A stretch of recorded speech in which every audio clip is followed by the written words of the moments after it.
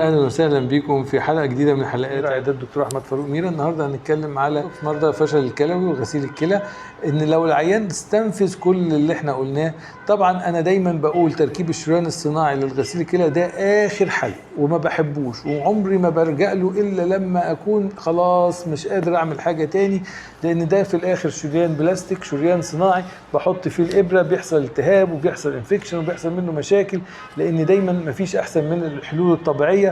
الشريان الصناعي ده مش هنقول ما نستخدموش، بس بنقول ده اخر حل واخر اوبشن، وما بنحبش نلجا له الا لما نكون مضطرين. النهارده بنتكلم على تركيب البيرميكاس، دي اللي بنسميها قسطره الغسيل الدائم. دي بتبقى من الربر يعني مطاط، يعني ماليبل، ما هياش بتتني، ما هياش بتتكسر زي الماهوكر. نمره 2 متصممه بان فيها كف دي تeflon كف، بتبقى حاجه كده بتتزرع تحت الجلد. ليه بيحصل التهاب او انفكشن او ميكروب بيدخل الدم عن طريق الماهوكر؟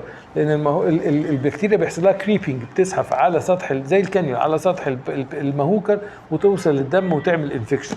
لكن في البيرميكاس بنعمل تeflon كف بتلزق تحت الجلد، فتيجي البكتيريا تلزق تلاقي ما فيش ادهيجن كأن في جلد، فما بتمشيش. عشان كده بنسميها بيرميكاس. الانفكشن ما بيقدرش يأثر عليها كتير، بتقعد فترة اطول، لكن ده ما يمنعش ان ساعات بيحصل فيها جلطات.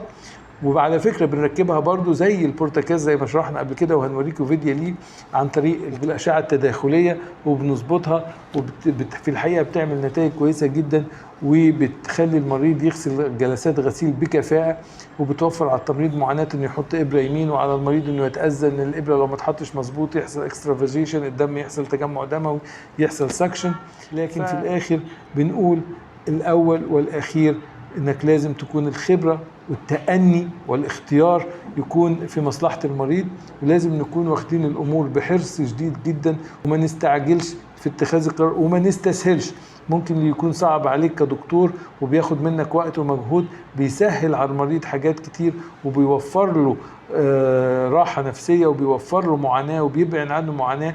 فزي ما بنقول ان حضرتك تعمل وتفكر وتتأنى وتاخد القرار السليم احسن بكتير جدا جدا جدا من انك تستسهل وتتسرع وتسبب مشاكل للمريض بعد كده. شكرا والسلام عليكم ورحمة الله وبركاته.